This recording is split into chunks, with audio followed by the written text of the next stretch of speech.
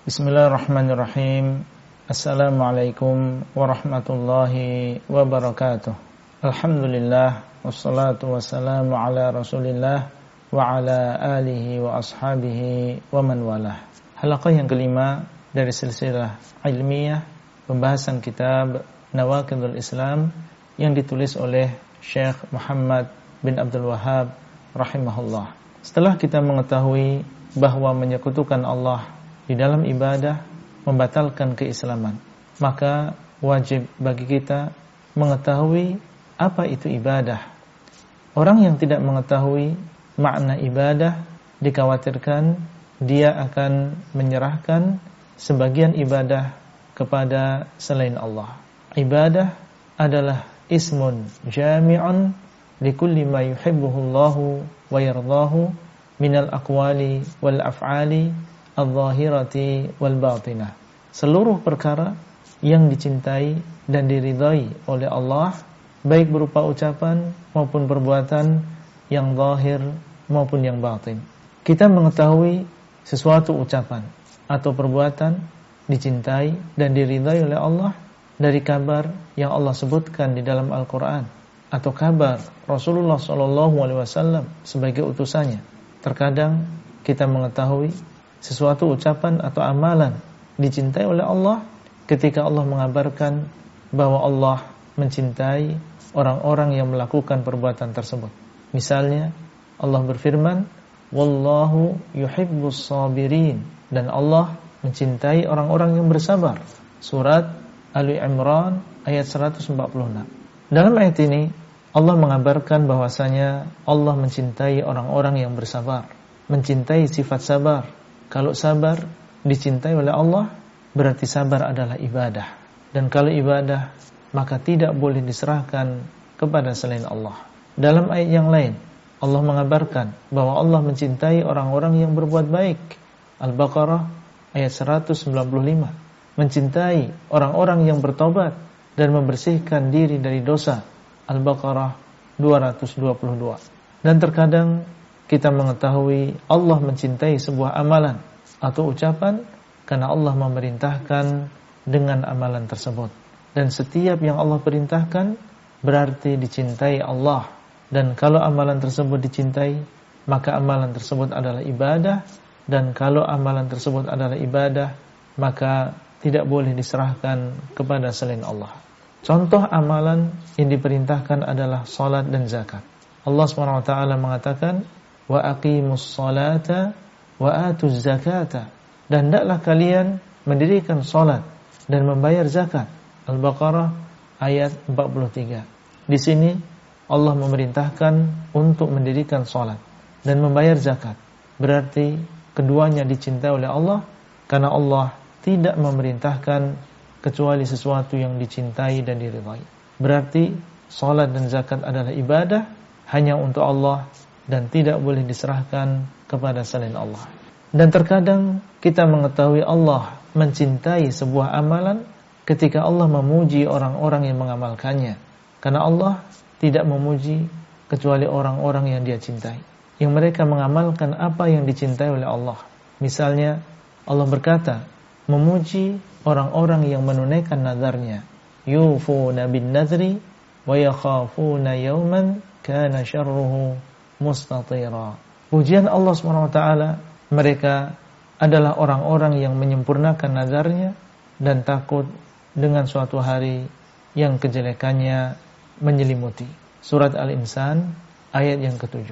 Pujian Allah SWT menunjukkan bahwasanya Allah mencintai orang-orang yang menyempurnakan nazar dan perbuatan tersebut. Ibadah ada yang berupa ucapan dan ada yang berupa perbuatan. Berupa ucapan seperti mengucapkan tasbih, tahlil, tahmid, bersolawat atas Nabi SAW, membaca Al-Quran, berdoa dan lain-lain. Berupa amalan seperti melakukan sholat, membayar zakat, berjihad, berhaji dan lain-lain. Al-zahirah wal batinah. Ibadah ada yang zahir dan ada yang batin. Ibadah yang zahir artinya adalah ibadah yang bisa terlihat oleh orang lain, seperti sholat, jihad dan lain-lain. Ibadah yang batin Artinya adalah ibadah yang ada di dalam hati manusia, seperti tawakal kepada Allah, cinta kepada Allah, takut kepada Allah, kembali atau inabah kepada Allah, dan lain-lain. Semua ini adalah ibadah, dan semua ibadah harus diserahkan hanya kepada Allah. Tidak boleh sedikit pun diserahkan kepada selain Allah. Barang siapa yang menyerahkan sebagian ibadah dari ibadah-ibadah tadi kepada selain Allah, maka dia telah menyekutukan Allah di dalam ibadah, dan ini merupakan pembatal keislaman yang paling besar. Kemudian Syekh menyebutkan dalil bahwa kesyirikan adalah pembatal keislaman, yaitu firman Allah, innallaha la yaghfiru an yushraka bihi wa yaghfiru ma duna dzalika liman yasha. Sesungguhnya Allah tidak akan mengampuni dosa syirik dan mengampuni dosa yang di bawah syirik bagi siapa yang dikehendaki. Surat An-Nisa ayat yang ke-48 dan ayat 116. Allah tidak mengampuni dosa syirik, padahal Allah adalah Al-Ghafur, yang Maha Pengampun. Dan ini menunjukkan tentang betapa besarnya dosa syirik. Dan yang dimaksud dosa syirik yang tidak diampuni di sini adalah ketika seseorang bertemu dengan Allah dalam keadaan membawa dosa syirik tersebut dan belum bertaubat di masa hidupnya, dan maksud tidak diampuni adalah dia harus diazab. Rasulullah sallallahu alaihi wasallam mengatakan, man mata wa huwa yad'u min dunillahi niddan dakhalan nar. Barang siapa yang mati dalam keadaan dia menyekutukan Allah, maka dia masuk ke dalam neraka. Hadis riwayat Bukhari dan Muslim. Seorang yang meninggal dunia dalam keadaan menyekutukan Allah, inilah orang yang masuk ke dalam neraka, dan dialah yang tidak akan diampuni. Dalam hadis yang lain beliau mengatakan, man laqiyallah yusyriku bihi syai'an dakhalan nar. Barang siapa yang bertemu dengan Allah dalam keadaan dia menyekutukan Allah, maka dia masuk ke dalam neraka. Hadis riwayat Bukhari dan Muslim. Tapi kalau dia bertobat dari perbuatan syirik tersebut di masa hidupnya, maka Allah Maha Pengampun dan Maha Pemberi taubat. Sebesar apapun dosanya, baik berupa syirik, kekufuran, kenifakan, kalau dia bertobat dengan taubat yang nasuha sebelum dia meninggal dunia, maka akan diampuni oleh Allah. Allah berfirman, qul ya ibadiyalladzina asrafu ala anfusihim la taqnatu min rahmatillah innallaha yaghfirudz dzunuba jami'an innahu huwal ghafurur rahim. Katakanlah, wahai hamba-hambaku yang telah berlebih-lebihan terhadap dirinya sendiri, yaitu melakukan kemaksiatan, janganlah kalian berputus asa dari rahmat Allah. Sesungguhnya Allah mengampuni dosa semuanya. Sesungguhnya dialah yang Maha Pengampun lagi Maha Penyayang. Az-Zumar ayat 53.